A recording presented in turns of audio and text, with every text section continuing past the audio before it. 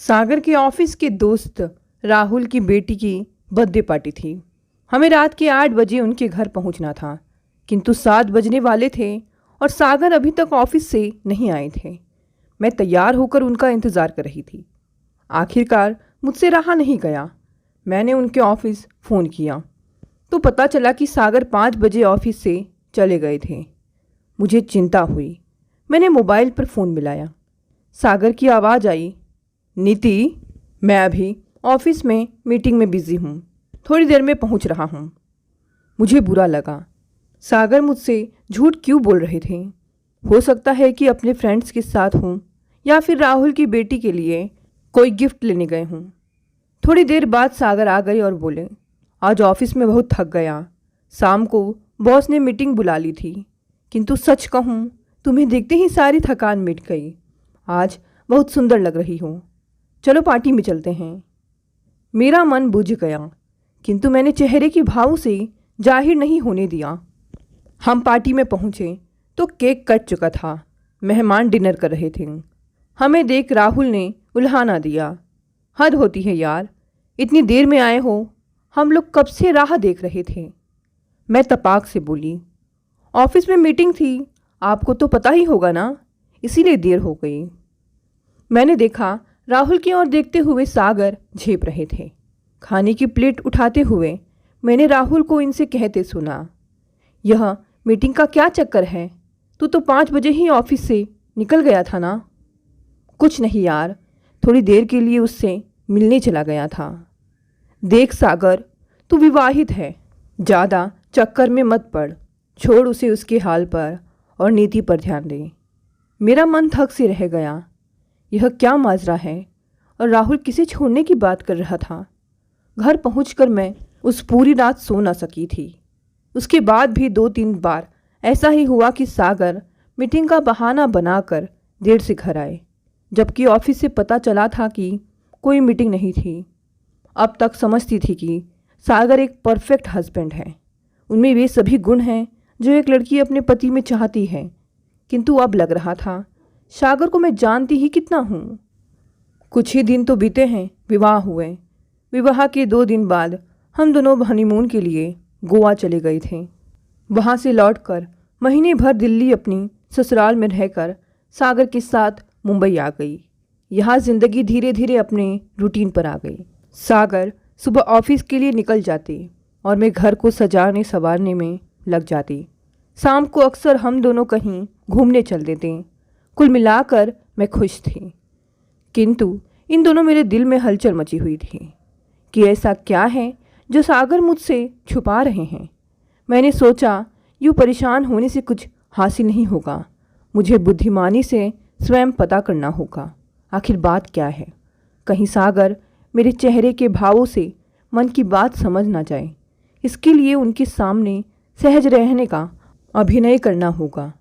अब रोज़ सुबह जब सागर बाथरूम में होते, मैं उनका मोबाइल चेक करती। एक दिन एक मैसेज पर मेरी नज़र अटक गई। बैंक से मैसेज था। सागर के अकाउंट से करीब 1 लाख निकाले गए थे। इतनी बड़ी रकम उन्होंने किसे दी और क्यों, यह सवाल मुझे परेशान करने लगा।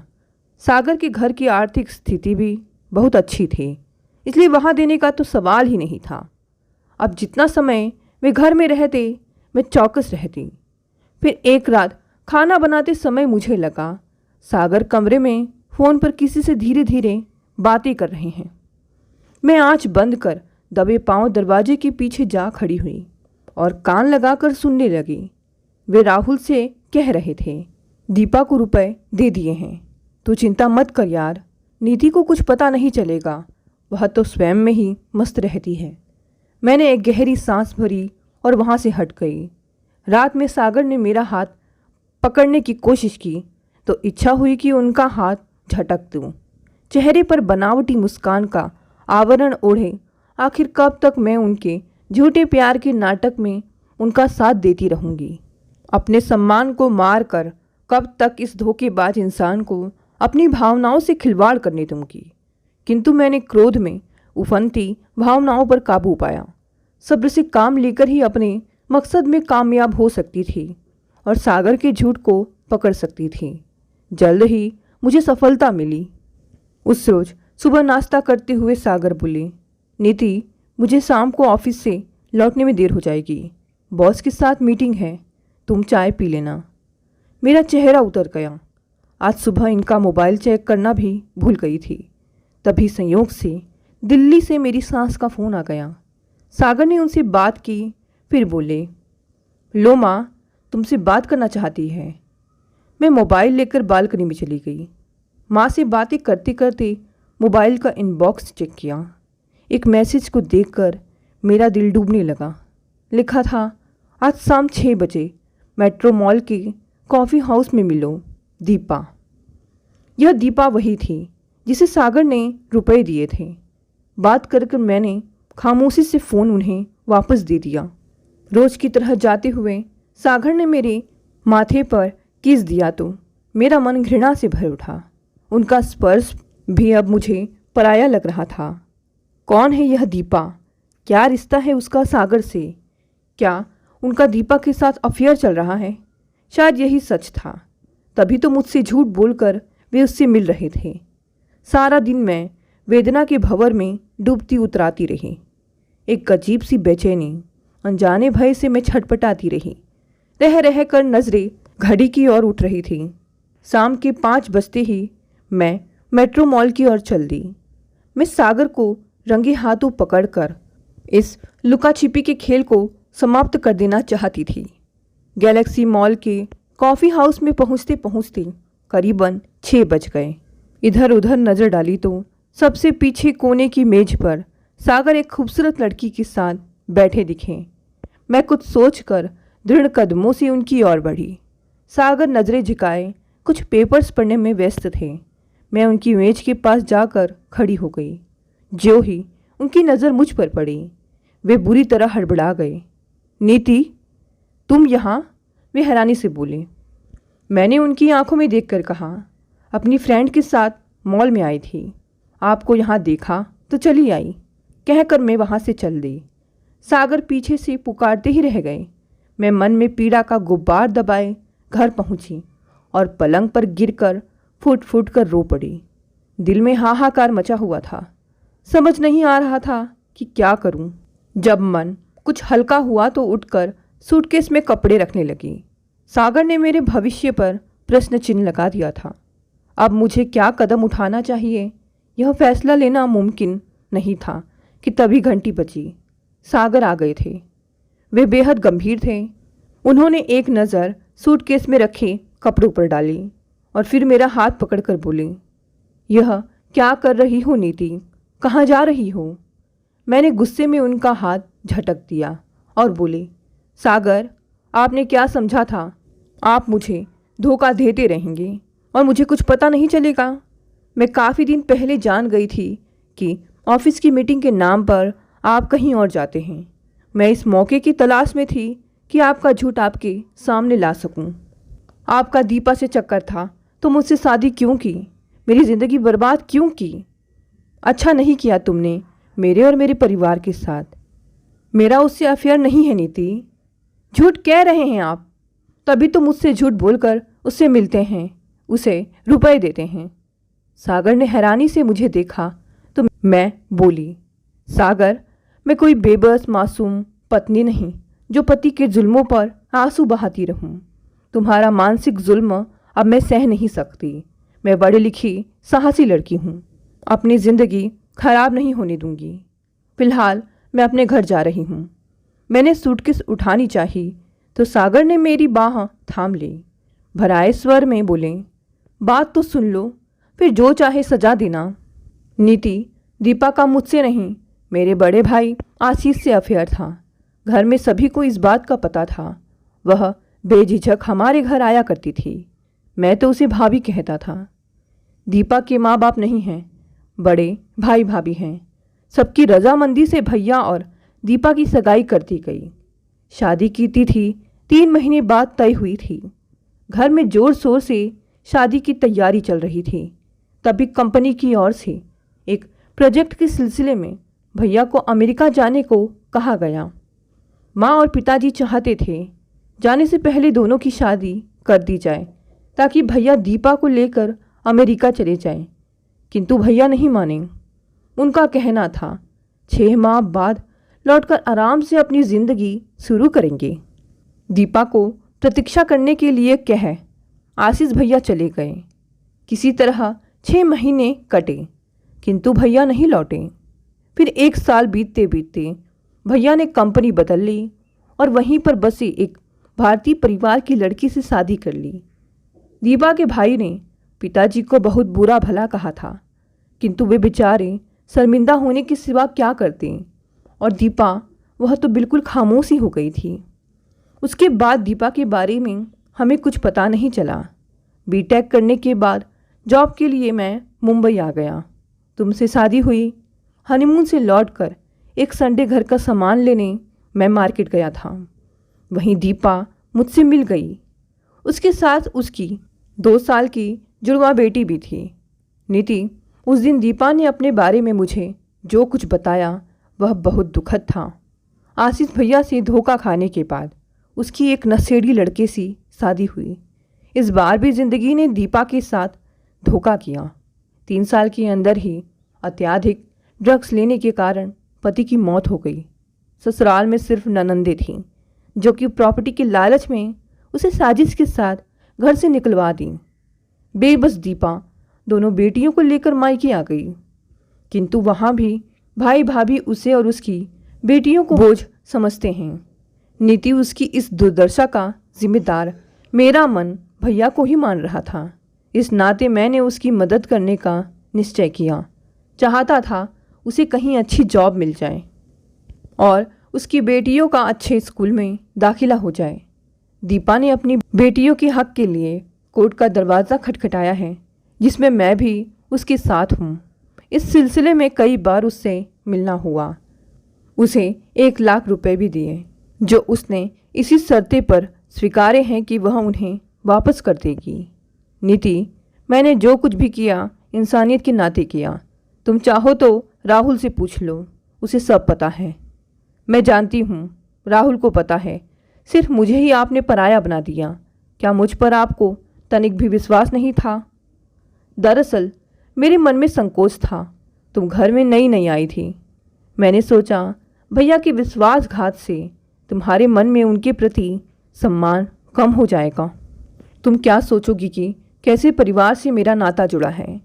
कुछ क्षण खामोश रहकर मैं बोली, यदि ऐसा व्यवहार मैंने आपके साथ किया होता तो क्या आप खुशी खुशी मुझे माफ़ कर देते? पति पत्नी का रिश्ता आपसी विश्वास पर टिका होता है।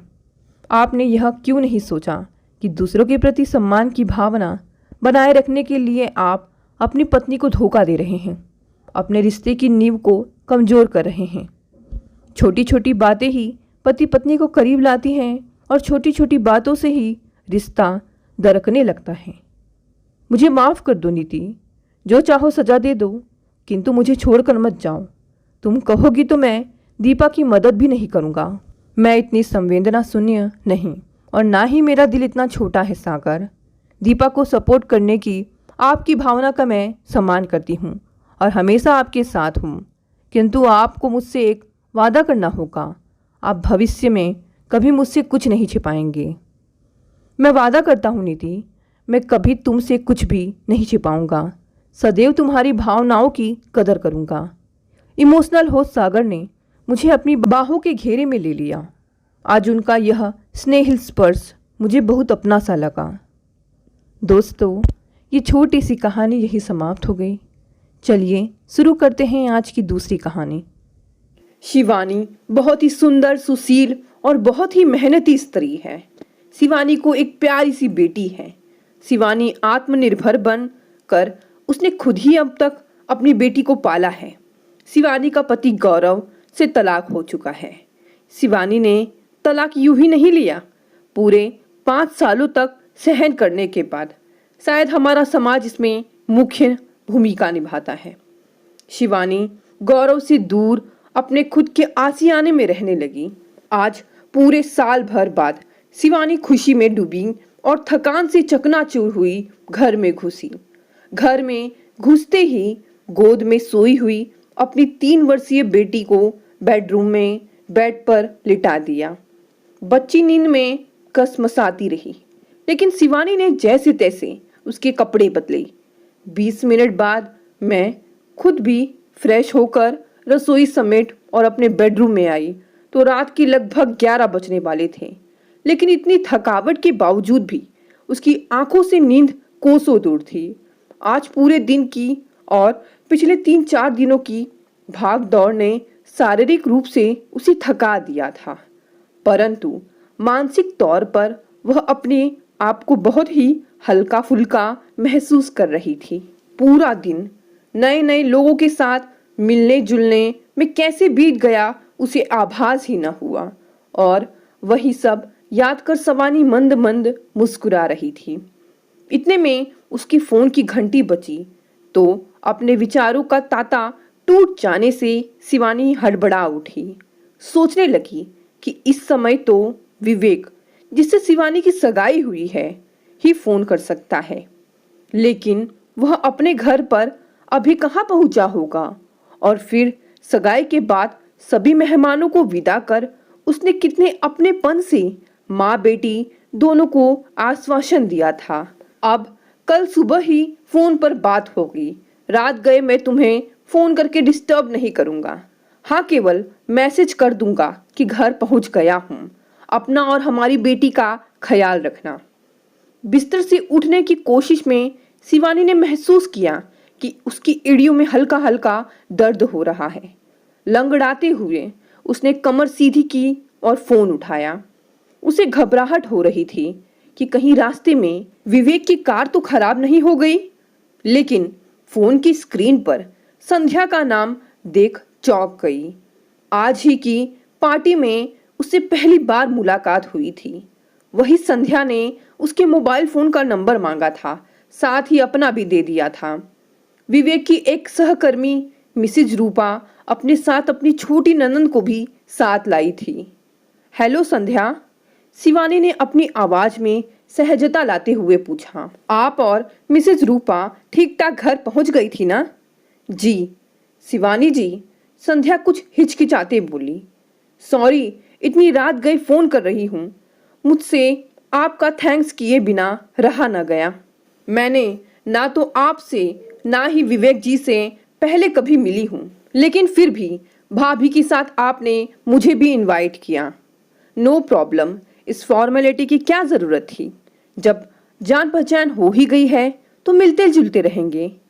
शिवानी जी, आप बहुत अच्छी हो, तभी तो विवेक जी ने आपको पसंद किया होगा, और आज कि आपकी सगाई का भी इतना बढ़िया इंतज़ाम आपने अकेले ही किया, वो भी विवेक जी के दोस्तों के लिए, क्योंकि आपने तो अपने सिर्फ 3-4 ही मेहमान बुलाए थे। नहीं नहीं, ऐसी कोई बात नहीं संध्या।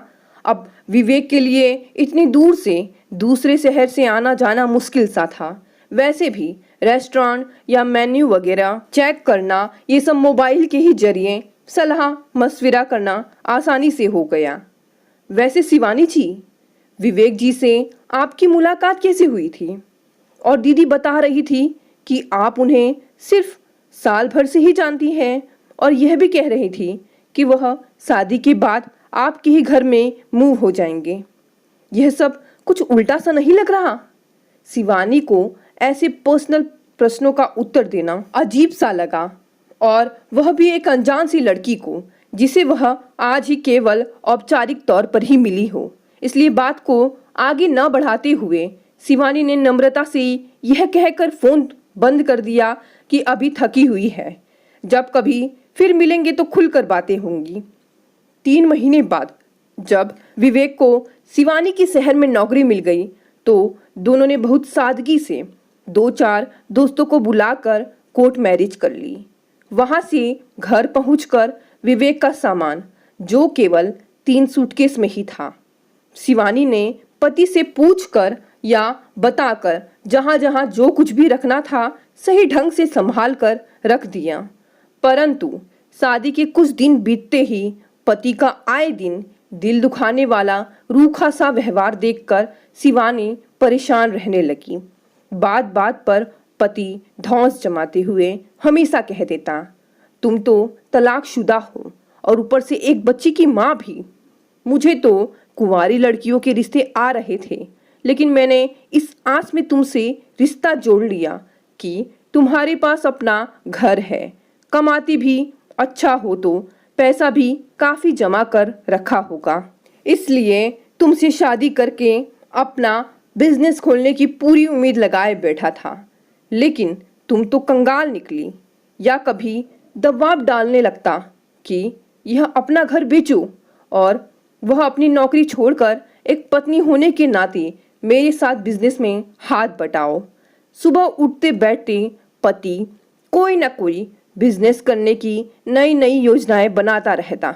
शिवानी इस मानसिक प्रताड़ना को सहन करते करते हीन भावना का शिकार होने लगी। उसके काम पर तो इसका बुरा प्रभाव स्पष्ट दिखाई देने लगा था, परंतु साथ ही उसकी सदा मुस्कुराती नन्ही सी भी अपनी मम्मी को हर समय मुरझाया सा देख चुप चुप डरी सहमी सी रहने लगी। शिवानी का पहला पति गौरव अपनी शराब की बुरी लत के कारण नशे में धुत होकर शिवानी को अक्सर बेरहमी से मारा पीटा करता था। इस विदेश में कोई दूर दूर का भी रिश्तेदार न होने के कारण वह अंदर ही अंदर घुट घुट कर उसके अत्याचारों को सह रही थी। लेकिन एक रात उस आदमी ने शिवानी को पीटते हुए इतनी जोर से धक्का दिया कि वह दरवाजे से टकराती हुई घर के बाहर आ गिरी। शोरगुल सुनकर पड़ोसी ने पुलिस के साथ साथ एम्बुलेंस को भी फोन कर दिया। सिर फट जाने के कारण शिवानी को अस्पताल भर्ती करा दिया गया। उस समय वह गर्भवती थी। प्रभु की कृपा से उसके गर्भ का बाल भी बांका ना हो पाया, परंतु पुलिस वालों ने सोशल सर्विस वालों को सूचित कर उसे वापस घर जाने नहीं दिया। शिवानी पढ़ी लिखी तो थी ही, इसलिए अपनी सोशल वर्कर की सहायता से वह भारत वापस आ गई और नौकरी ढूंढकर यहाँ किराए के कमरे में रहने लगी और बच्ची होने के बाद अपना यह छोटा सा घर भी किस्तों में खरीद लिया। पति के दुर्व्यवहार के कारण वह मारपीट व पुरानी कष्टदायी बातें अब रह रह कर शिवानी को फिर से याद आने लगी। उस घरेलू हिंसा और इस मानसिक अत्याचार में अंतर यह था कि शारीरिक घाव तो शीघ्र भर जाते थे, लेकिन विवेक द्वारा पहुंचाई गई मानसिक पीड़ा व ताड़ना के कारण शिवानी सहित उसकी बच्ची का भी जीवन असहनीय बनता जा रहा था। बहुत सोच समझकर अब वह ऐसे निर्णय पर पहुंची जो लाखों में से एक आधी महिला ले पाती है। विवेक, मैंने फैसला कर लिया है, जो आपको शायद बुरा भी लगे। मेरा व बेटी का अब आपके साथ यूं दिन रात की लड़ाई झगड़ों के बीच रहना बहुत मुश्किल हो गया है। तो क्या चाहती हो? क्या चाहती हो? जैसे पहले पति को छोड़कर अपनी नई जिंदगी बसर करने लग गई थी, अब मुझे भी छोड़कर क्या पहले की तरह रह पाओगी? यह सब भूल जाओ। एक बार तलाकशुदा हुई औरत को दुनिया हमेशा बुरी नज़र से ही देखता है, और तुम डबल डिवोर्सी का कलंक माथे पर लगाकर किस मुंह से दुनिया का सामना करोगी? और तो और तुम्हारी बेटी से भी रिश्ता जोड़ने का कभी कोई सोचेगा तक नहीं। अभी भी मेरे कहे पर चलोगी तो सही रहोगी। गुस्से में आग बबूला हुआ विवेक बोलता चला जा रहा था। मुझे तो घर बसाने के लिए कई मिल जाएंगी। वो मिसेस रूपा की ननंद संध्या है ना, वह अभी तक कुंवारी है। उन्होंने तो मुझे कितनी दफ़ा हिंट भी दिया था कि यहाँ क्या कुंवारी लड़कियों की कमी है जो तुम एक बच्चे की माँ से शादी करने जा रहे हो। संध्या का नाम सुनते ही शिवानी चौंक गई। तो क्या इसीलिए उस रात संध्या ने फोन किया था? तो आपने उस समय हमारी सगाई तोड़कर संध्या से क्यों नहीं शादी कर ली? शिवानी ने भरी गले से पूछा। अरे मैं बेवकूफ़ था, मेरी अक्ल घास चढ़ने गई थी। सोचा कि कहीं कम सैलरी पाने वाली लड़की से शादी करने से कहीं मुझे भी उसकी जिम्मेदारी ना उठानी पड़े। तब तो मेरा बिजनेस का सारा प्लान धरा का धरा रह जाता। अब तो संध्या का सैलरी कितना हो गया है पता है? 26 लाख सालाना। सो मेरी लाइन क्लियर। तुम भी तो अब मेरे किसी काम की नहीं रही। बस यही तो सोचकर मैं भी आपसे अलग होना चाहती हूँ। हमारी शादी की शुरुआत विश्वास व प्यार नहीं बल्कि झूठ और लालच की बुनियाद पर हुई थी। हाँ, काश काश आपने शादी से पहले ही अपना बिजनेस खोलने के प्लान के बारे में मुझे बताया होता।